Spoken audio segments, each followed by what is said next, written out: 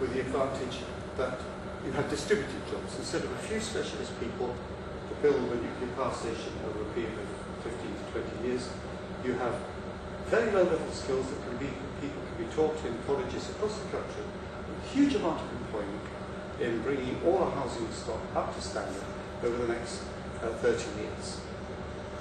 To me, you know, and look at the state that the construction industry and the building industry is in at the moment, with this collapse in house prices, the collapse in confidence in the house market altogether. There's going to be mass unemployment in the house building industry. Take 17.5% at the moment it costs you to modify your house. Take the VAT off that for a start, and then have a skills program in our colleges to get the workforce that we need to insulate our houses. And the payback for that will be half the cost or less of building the nuclear power stations that they say we need to build, and it'll keep people in employment across the country. But nobody wants to listen to this because it's too simple, too obvious an answer.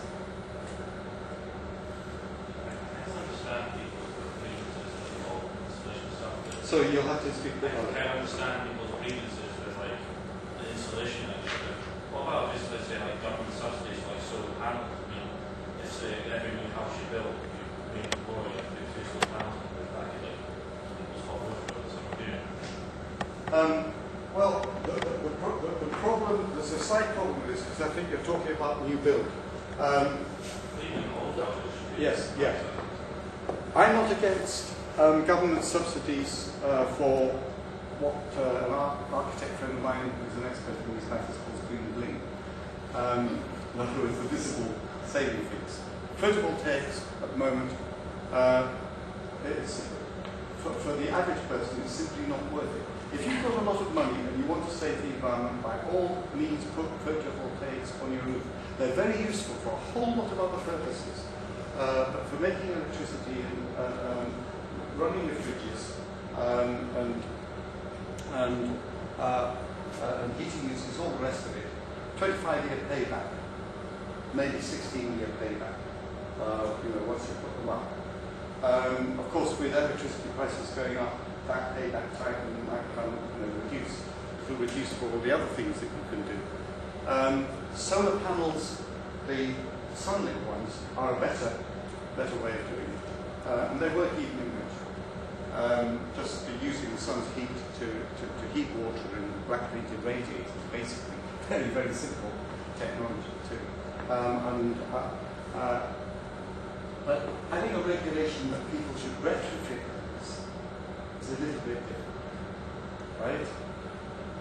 But having a regulation as we now have, which the lawyers are fighting, and a lot of other people are fighting, that everybody who sells a house should have an energy certificate going along with the sale certificate. That is good, because people are going to be forced to tell people buying the house how efficient or inefficient it is. And it will become part of people's thinking. I'm buying a house, it is going to cost me this much or that much to heat. This one's £50,000 and it's going to cost me £2,000 a year to heat. This one's £15,000, what am I talking about? Shows how old I am. That was what my flat would cost me in 1976. Let's get real. Yes, £150,000 a year. And it's going to cost me £2,000 to £3,000 in electricity bills to run it. And I'm going to be there for 10 years, so we're talking about £30,000 in heating bills over 10 years. And then this house, again for £150,000, is going to cost me £500 a year to heat. If you don't believe in what can be achieved, I entered a competition run by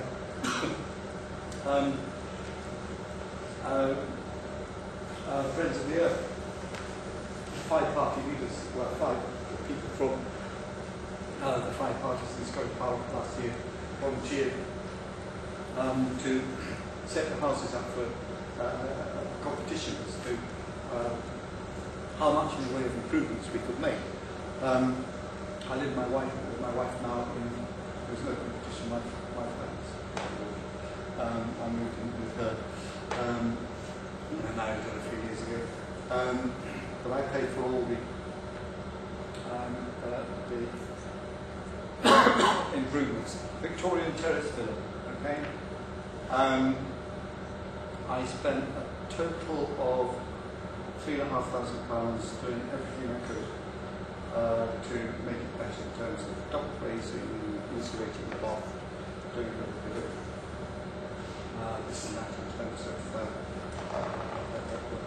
dry proofing, putting in most, not all of the lights in the baths, etc. All this stuff. Got a rebate from Scottish Power of £900 after the first year. We carried on paying our bills at the same rate. So all that investment is going to be repaid in about 5 years. After that, give up. So that's what can be done with that kind of thing.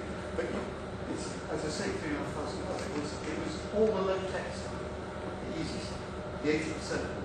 You don't have to go for the really expensive stuff, the PV, and the drilling down into the ground, the ground source heat pumps and all this. As far as I'm concerned, these things are not a complete waste of money, but they're not the best thing to do just now.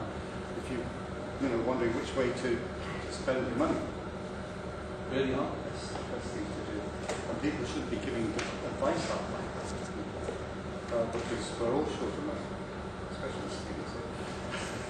But when you're earning, when you're buying a house, these are the things that you should be looking at, not the expensive show-off stuff, but the plain 80% stuff that will save you an awful lot of money for a relatively modest outlay. Less than the price of a second-hand golf. And put it in some kind of context. Yeah.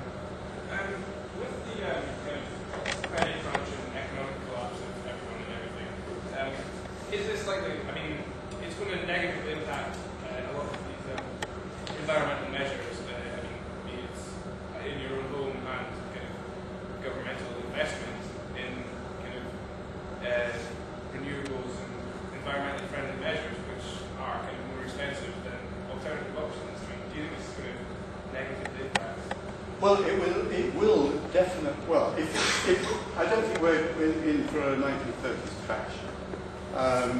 And isn't it wonderful that one of the Republicans today in the Senate said, "I don't agree with this. It's socialism by the back door." Well, yes, if only. But to see bankers' salaries being capped and all the rest of it. It really is pretty delightful.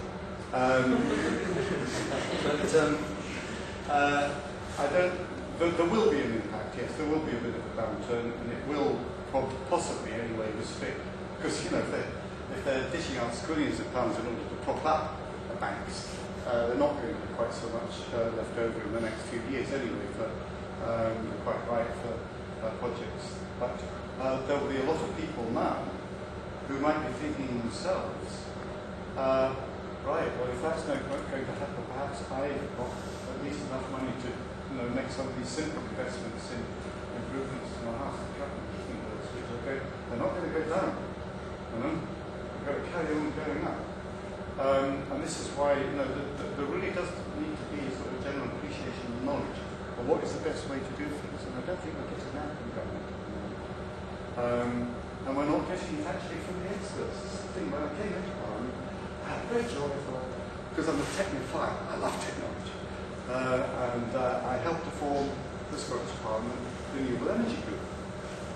And then after 2 or 3 years, I realised I began to feel a bit of disquiet.